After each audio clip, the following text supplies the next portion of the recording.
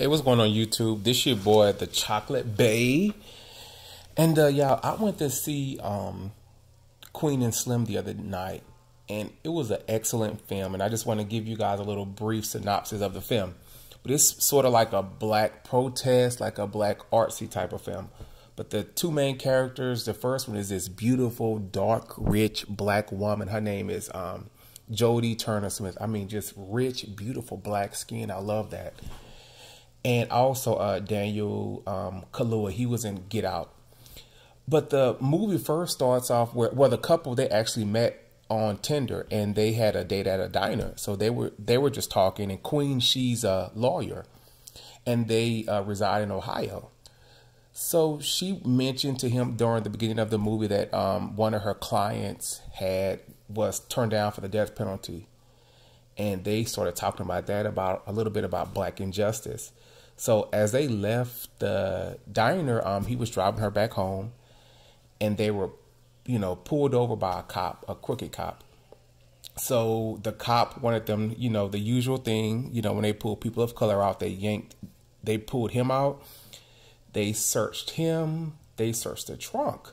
So he had a lot of shoe boxes in the trunk. So he was like, officer, can I get back in my car? It's wintertime and it's cold. And the officer looked at him, and the officer said, get down now, get down. So as that was approaching, Queen, she got out the car and she was like, officer, I have the right to record this. She was pulling out her phone, and in return, the officer shot her. The bullet grazed her, her leg. But in self-defense, Slim, he jumped out the car and he shot the officer and killed the officer. So they fled. So the two, they fled to Louisiana, where she has family there, her uncle. Her mom isn't living, she's deceased. The mom, it's a great film, you guys, but it has a lot of symbolism within certain things. Like, even, I was looking at it, I'm like, well, damn, I see why it's in Ohio now, because just thinking about the film. And Tamir Rice was murdered in Ohio, in Cleveland, Ohio. So I'm like, oh, that's why. And it's just certain nuances, like within the film, even in Ohio is one of the states that still implement the death penalty. So when you see the movie and you're just thinking about it, and things are, thoughts are racing, you're like, oh, now it makes sense. But there's so much symbolism within our black culture, black love, police injustice, just a lot of stuff. So as they're traveling to Louisiana, they visit her uncle, and he sort of helped them out regarding money, and he gave them a car to drive. So their plan is to get to Cuba. So the uncle, he was incarcerated prior, and he knew some friends. So he gave them a couple of numbers. They were trying to get to Cuba, and they're like, well, damn, how are we gonna, it's a water. So how are we gonna get to this island with all this water? So he had a friend that he knew that would help them out regarding a plane, a private jet, private plane. So as a couple, they drive through Louisiana and Mississippi. They stop at this juke joint. And, let me go back. Queen was a little bit more hesitant. She was more of a passionate black woman. She was strong. She embodied just strength and intelligence. And Slim was more, I guess, not passable, but he was more passive. And he resembled more like just a black male trying to make it without trying to cause any sort of ruckus or any confusion, and just trying to be, I guess, a quote unquote respectable guy within society. But the dynamics there were it was very good, and they played with each other very well, like regarding those characters. And I think even viewing it, Queen resembled a lot of women of color that I know, black women, strong, intelligent, passionate. And sometimes people might mistake passion for anger, which is not true. They're just passionate about what they think, about things that they've experienced, about things that they've encountered. So that dynamic was very good, and it mixed very well. But even throughout the movie, like even throughout the beginning and the middle, Queen, she had been hurt prior, so she had her guard up. But through the whole tragedy, through incidents, through them bonding, through them getting to know each other, she eventually fell in love with him. So as they were traveling, they stopped at this juke joint. They were dancing. Cause Slim didn't drink, but he had a drink that night. But it was, well, like they met this late. Well, the bartender gave them 2 free drinks of bourbon. But it was just really good watching the movie. How, well, in my opinion, during the 50s, 60s, and 70s, how the black community was more united. How we helped each other. How we were allies within certain groups. How we were there for each other. We cherished who we were, and we respected each other. But those were wonderful times. And even during the movie, you could see the nuances of how the people of color, like the black people, they stuck together. People knew who they were. Their pictures and names were plastered on the news and stuff like that. But people still were able to help them out without calling the police, without rushing to judgment. And it showed a time in history where we saw this, black people being unified, and they stuck together. And it was very beautiful, because now it's not like that.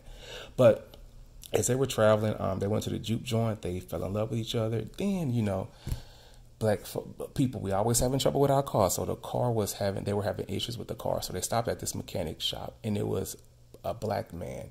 And it was even very great through the movie, like certain businesses that they stopped at, the owners or the patrons were people of color. So it was good to the dynamics and things of that nature. But as they stopped at the shop, the guy, he sort of like, look, it was something with the radiator or something like that. He charged them a little bit too much, but he knew who they were. But you could just tell the dynamics with that as well. Even though he knew who they were, we still, you know, within being our own people, within knowing how we're ostracized, how we're treated badly, how we are demonized, he still upcharged the service, because he knew who they were. But still, you know, with people of color, we don't sort of stand with each other. We would prefer to sort of harm each other, demonize, be demonstrative with the verbiage, the way we speak to each other. So it was very interesting in regarding that nature. So as the guy fixed the car that night, they left. So as they were traveling, they finally got to Florida. And even in Florida, y'all, like I was thinking about Trayvon Martin. Like they were trying to get to Cuba and Trayvon Martin. And I thought about that whole incident when he was murdered and basically slaughtered. And this movie has so much symbolism within so much things regarding black culture, black art, black heroes, black civil rights fighters, like so much stuff, so enrichment with our black culture and who we are. So as they got to Florida, they were, you know, they slept in a car, but the guy gave them directions and a number for the guy. So they arrived at the place, and they slept in the car that night. But then that morning, the guy tapped on a window. So it was a black guy with, you know, braids and gold teeth or whatever. But at the end, the guy ended up selling them out. He got on the phone and he was like, hey, let me call the guy for the private jet. So, you know, the plan was for them to go to Cuba. So the guy got on there and he said, Slim was like, well, can you take us now? The guy said that he spoke to the guy, they could do it tomorrow morning. He was like, no, we need to head to Cuba now. So as the guy got on the phone again and, you know, pretending like he was asking the guy, can we leave now? He was like, sure, give me like an hour. So the guy got them in the car, the black guy, and he was bringing them to the, you know, the plane, the private plane, which was there. But however, as soon as they got there, the police arrived. So as that happened, Queen was just sitting there. Well, she was standing with Slim, and they shot her. A female white officer shot her. And even with that, y'all thinking about it, it symbolized like with feminism. Feminism to me was always defined as something regarding like privileged white women, or white women, period, were spearheaded and ahead of that type of organization. It wasn't like a dynamic or a sector for black women. Feminism to me was always spearheaded for Caucasian women or white women. But that dynamic was very strong because she was a black woman and murdered, shot and killed by a white woman, a white police officer. And as her body just lay there lifeless, Slim, he picked her up and he carried her.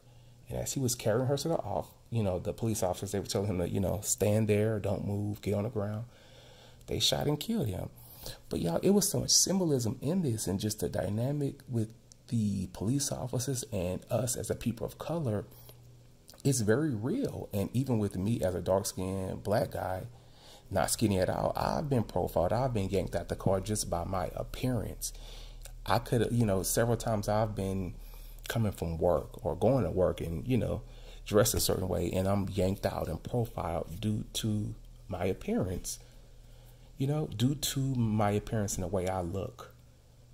So, I think it's very sad. And even during the movie, it was almost like they were black heroes. They were in protest of police injustice. However, they still became a part of, not the problem, but a part of,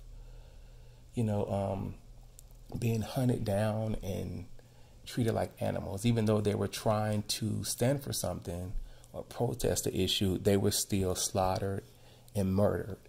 And even during the film, like, I kept asking my friend, I'm like, damn, what are their names? What are their names? And they showed the names at the end, and it was in the clipping, like this beautiful picture when it was at the getting the car fixed. But they showed their names. It was the girl name was Angela Davis, and his name was Ernest Hines. Angela Davis, Angela Johnson, my bad. But it was in remembrance of the Angela Davis, the hero, the civil rights person, Angela Davis. But it was very remarkable as like the nuances of just symbolism of black culture, just black issues, black love, the dynamics with the police and the black community. They even mentioned in the film that the officer had killed a black guy prior, like last year. However, he was still on the streets policing an all black neighborhood and still ended up, harming another black person. But it's just weird and crazy. Like, a lot of the dynamics is very true in what goes on in our culture, our community today. And even at the end, when they were sold out by a black man for money. It's just like, we can't stick together as people of color. Like, something has to come in between or embark on our journey. Like, the black man was a victim of capitalism. He sold his own people out for money. And even with the YouTube stuff, it's very prevalent. Like, people, they would do anything for money. It reminds me of that song, This Is America. And I think, the guy that sung the song and rapped, Childish Gambino, how during the lyrics he used to say, black man, get that money. Black man, get that money. And I think a lot of us are caught up in that mind frame to where it doesn't matter what happens, who we have to sell out, who we have to hurt. The most important thing is people of color or black man, black woman is that we get that money. And I think it's just it's a very sad scenario that's all has become very important to people of color. Get that money, black man. Get that money, black woman. But yeah, this is it for me. This is just a quick recap. I thought the movie was very, very, very good, and I loved it. Peace and blessings, y'all. Comment below. Let me know what y'all think. Peace.